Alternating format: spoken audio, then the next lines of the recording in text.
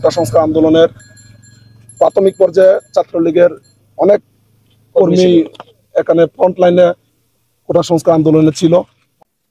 আমরা আজকে বলতে চাই, আজকে আমাদের কর্মসূচির মূল উদ্দেশ্য ছিল যে ছাত্রলীগের গতকালকে যে কেন্দ্রীয় যে প্রোগ্রাম ছিল, এই প্রোগ্রাম তারা করতে পারে নাই। এখানে জামাত শিবির এবং ছাত্র দলের ক্যাডাররা অরাজকতা সৃষ্টি করেছিল।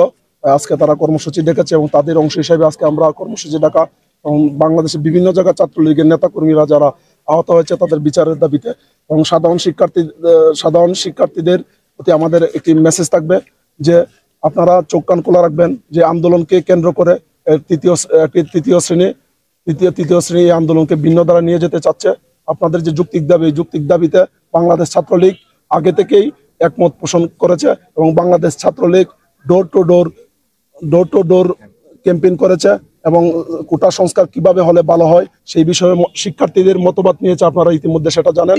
এবং বাংলাদেশ ছাত্রলীগ এখনো এই দাবিতে অটল আছে, একটি যুক্তিসঙ্গত কোটার ব্যবস্থার একটি সংস্কার হবে এবং আমরা আশা করি জননেত্রী শেখ হাসিনা একটি কোটা সংস্কারের একটি যৌক্তিক সমাধান দিবেন, যেটা এদেশের সাধারণ ছাত্র সমাজ খুশিতে মেনে নেবেন।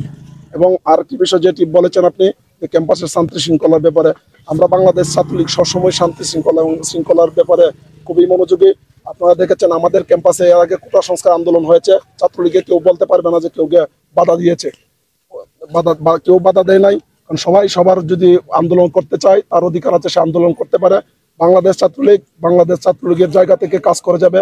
আমরা সবসময় সাধারণ শিক্ষার্থীদেরকে সাথে নিয়ে এই ক্যাম্পাসের সুষ্ঠু পরিবেশ যেভাবে বজায় থাকে, ক্যাম্পাসের পরিবেশ যত সুশৃঙ্খল থাকে এবং পাঠদানের একটি উপযুক্ত পরিবেশ বিরাজ করে, সেই লক্ষ্যে আমরা কাজ করে যাচ্ছি।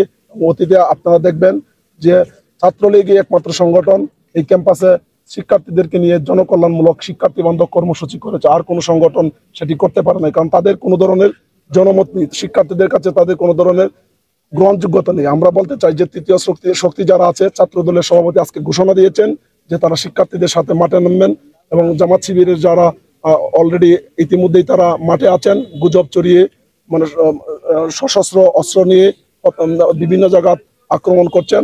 আমরা বলতে চাই যে বিভিন্ন জায়গায় বিশৃঙ্খলাগুলো হচ্ছে, এগুলো অবশ্যই জামাত শিবিরের মাধ্যমে হচ্ছে, ওদের উস্কানি মূলক মাধ্যমে হচ্ছে। আমরা বলতে চাই সাধারণ শিক্ষার্থীরা যেন সচেতন থাকে, সাধারণ শিক্ষার্থীদের পাশে বাংলাদেশ ছাত্রলীগের নেতাকর্মী সবসময় ছিল এবং থাকবে। সাবির শিক্ষার্থীদের আন্দোলনের না আসতে ইতিমধ্যে খোঁজ নিয়ে দেখবেন যে কোটা সংস্কার আন্দোলনের প্রাথমিক পর্যায়ে ছাত্রলীগের অনেক কর্মী এখানে ফ্রন্ট লাইনে কোটা সংস্কার আন্দোলনে ছিল। আমরা বলতে চাই আমরা তাদেরকে বাধা দিতে চাই না, তবে ছাত্রলীগের অংশগ্রহণ অনেক কম হয়েছে শুধু তাদের টেকনিকের কারণে। তারা ছাত্রলীগের ক্যাম্পাসে নিষিদ্ধ করতে চায়। আপনি যদি আমাকে নিষিদ্ধ করতে চান, আমি আপনার প্রোগ্রামে কিসের জন্য যাব? বাধা দিচ্ছেন না, আমরা কাউকে বাধা দিচ্ছি না, আমরা বাধা দিচ্ছি না। আমরা আমাদের জায়গা থেকে আমরা কাজ করে যাচ্ছি। কারণ আমরা সবচেয়ে যে বিষয়টি আমাদের খারাপ লেগেছে যে রাজাকার শব্দটিকে যারা সার্বজনীন করতে চায়, সাধারণ শিক্ষার্থী মেধাবী শিক্ষার্থী তারা অবশ্যই বোঝার কথা।